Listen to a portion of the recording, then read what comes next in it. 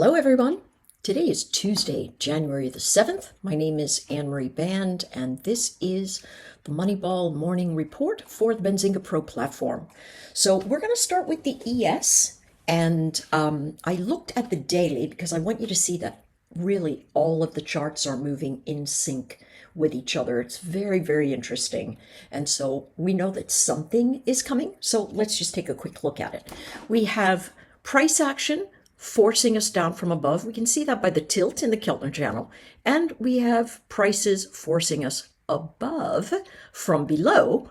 And we can see that as recently as this last 3.5 days that we're staring down.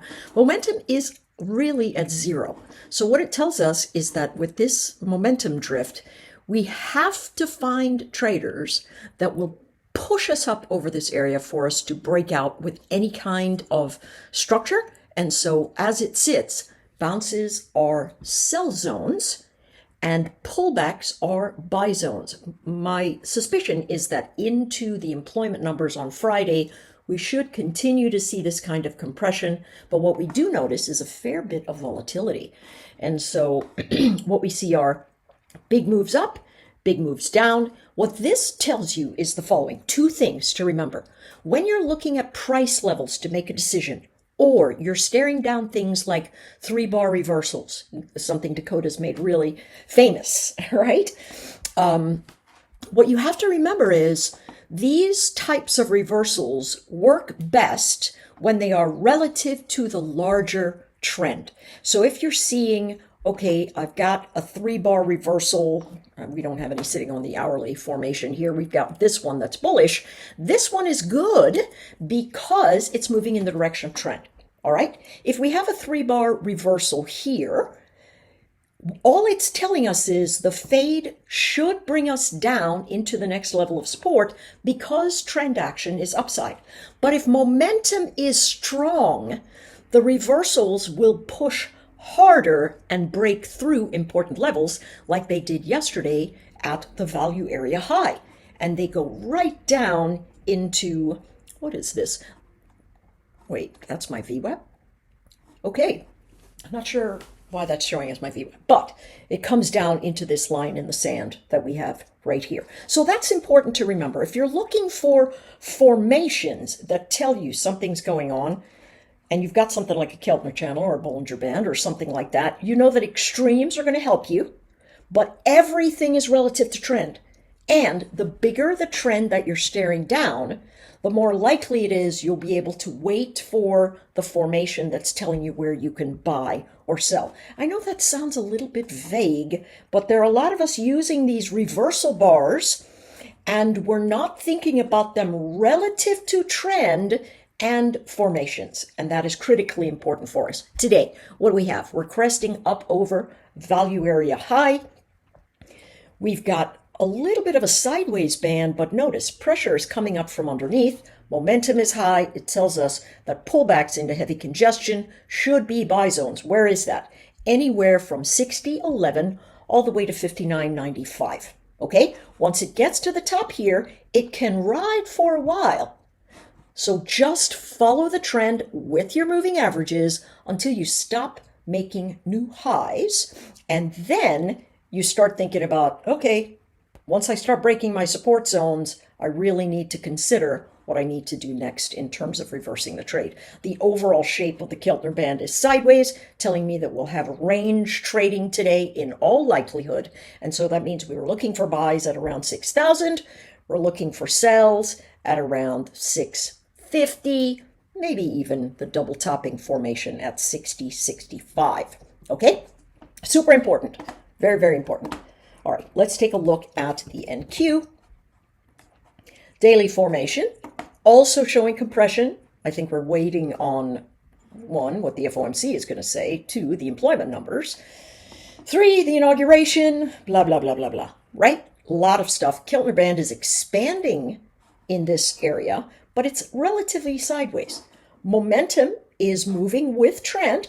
And so again, we're looking for top ends, 22,150 resistance, 21,000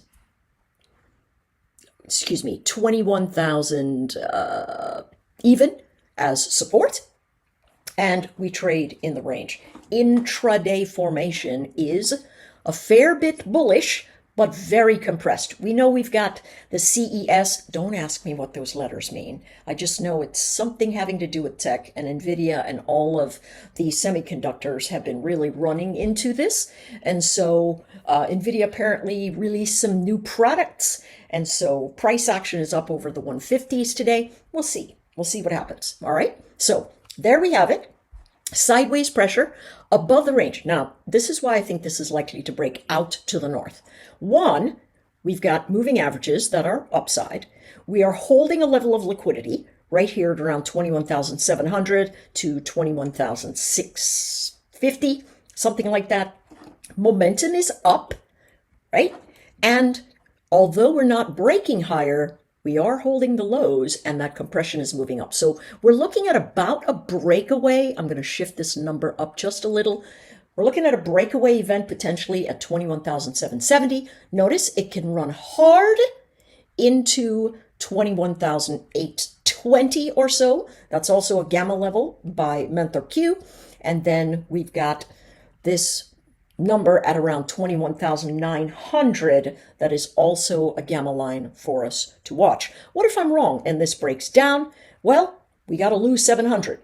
And if we don't recapture it, notice how long it takes to recapture 700. 3 hours of motion and then a pullback that gives us the range in the overnight. You've got to learn to be patient and wait for prices to come to you relative to the trend that you're trading. Okay? So upside, 21,900.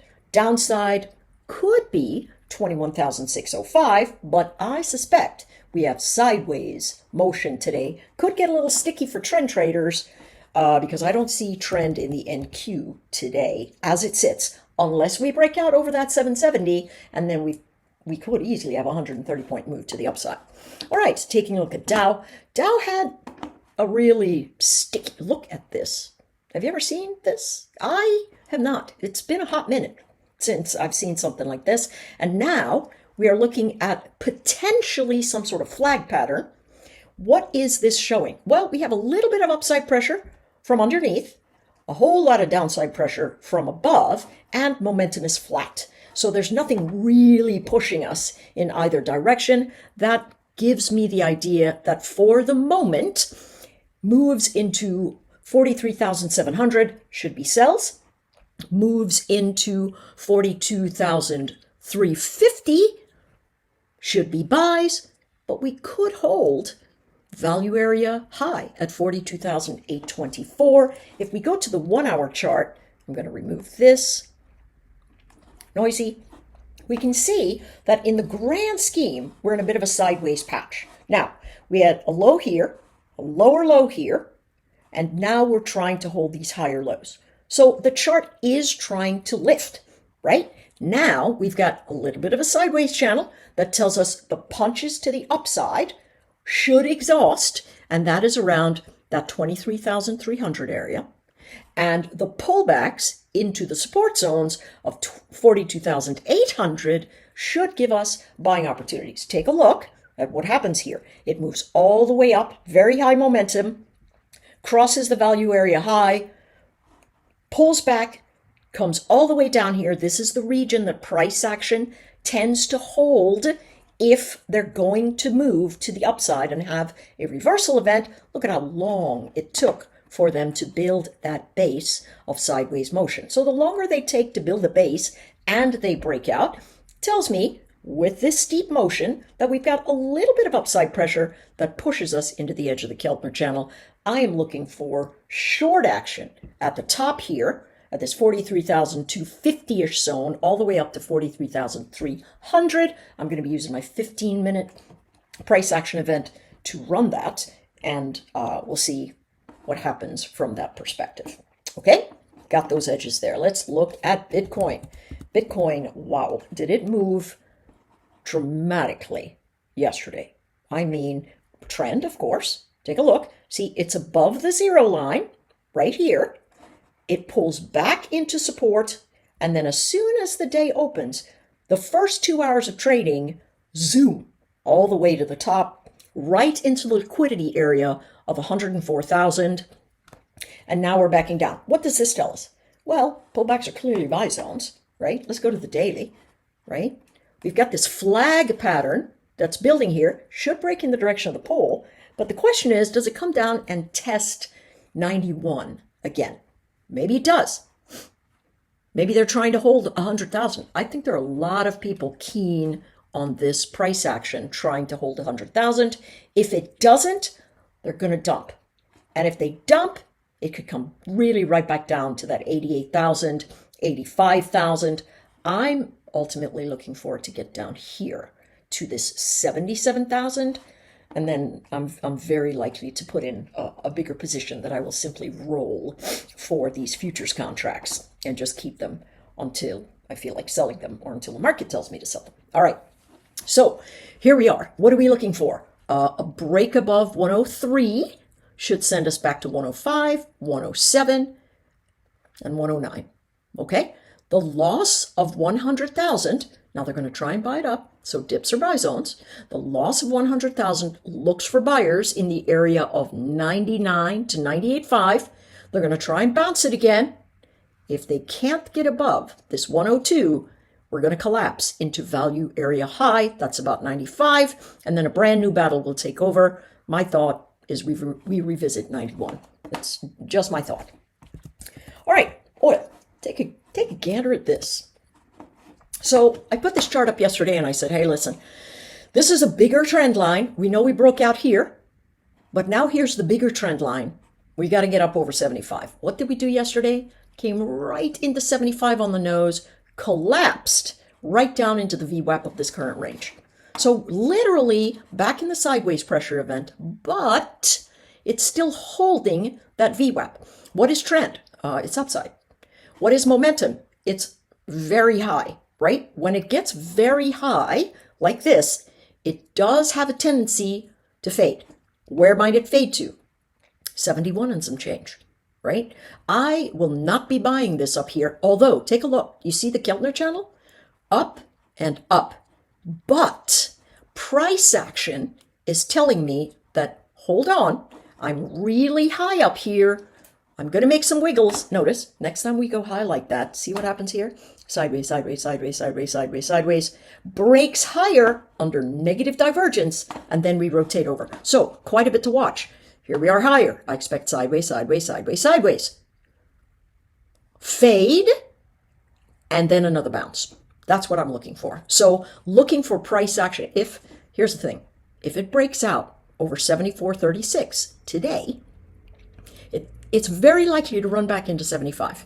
So if you want to chase it to the upside on the path that it follows this upper Keltner channel, the next line in the sand would be 76.23 and then 77.28. All right?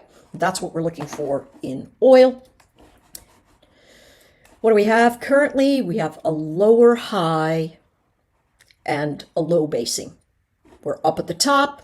1 hour formations. When they get up there, what do? Chop, chop, chop, chop, chop, chop, chop. Come back into the value areas or the moving averages. I'd love to see it come back into the POC. That would be a great area for a first buy. And then the sideways pressure event taking over anywhere from 74.20 all the way to 74.60. Okay, let's lastly take a look at gold. Oh no, we've got the SPY. Sorry. All right, take a look at gold. 2,700 is, I think, where gold is headed. So why? Here's a high. Here's a lower high. Here's a higher high, but still a lower high. And we've got these higher lows here. Now, if I drew another event and I said, this is why I don't trade on trend lines, right?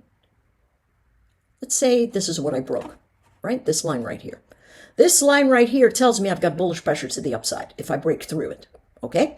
Great way to trade positioning, especially if you've got prior support off the edge. You know that 2609 becomes a great buy zone. We're coming right into heavy resistance at 2673. Now, if it hits this trend line, it's going to get up there to 2700. Do I think gold has legs to the upside? Oh, you betcha. But this is a financial instrument, and if somebody's got margin on something else and they're winning on gold, they're going to have to sell to make margin requirements. So, barring the unforeseen, this should continue to move to the upside on a break. I think it's going to be fairly sideways. That being said, this breakaway formation should be able to send us all the way up to 2,700. If we hold 2,700, 2,740 will be the next leg to the upside. But a breakaway of this kind, in this kind of noise, usually means a retrace, and our Keltner band is pretty sideways. So it's a grinding motion to the north. That means you wait for the deeper pullbacks that you can see on these daily charts. I'm going to add this number, 2612, 2620. Deeper numbers going to give us the best opportunity for a breakout. If you take the breakout above 2675, notice 2680, 2685, 26, all of that super heavy congestion. Go small or not at all and watch your risk. All right, let's take a look at SPY. SPY and the Qs look exactly the same. Everybody's tracking the same way. We've got this pattern building, and so there is a move coming. I don't know where. I'm guessing it's to the upside at the first pass, but we can see these bands are expanding because we're in a space of up, down, up, down, up, down. Who knows what's going on? What's the best bet in this space? Momentum is at 0 or thereabouts, and so this is telling us, okay, I've got sideways motion. If it comes into 584, I'm great for a long. Watch the risk. If it comes into 602 and breaks down, I'm going to be short. Okay, but you've got to wait for it to break down because the overall trend is to the upside. Remember, these 8 o'clock candlesticks are the ones we want to watch. We're right in the middle of this one. If it breaks up and over the top, we've got bullish pressure that could push us easily to the north. Saw something super interesting from the guys at Tasty Trade, who are just phenomenal at statistics. It's my drool event there with them.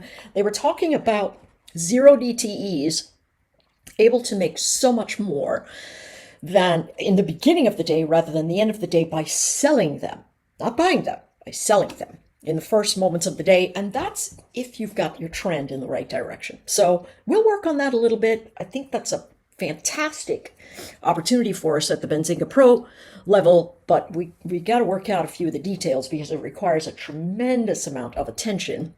And I'm normally trading the futures at that time. So if any of you are super keen on investigating that with me, DM me and we'll do something about that. Okay, so what are we looking at here in the Qs?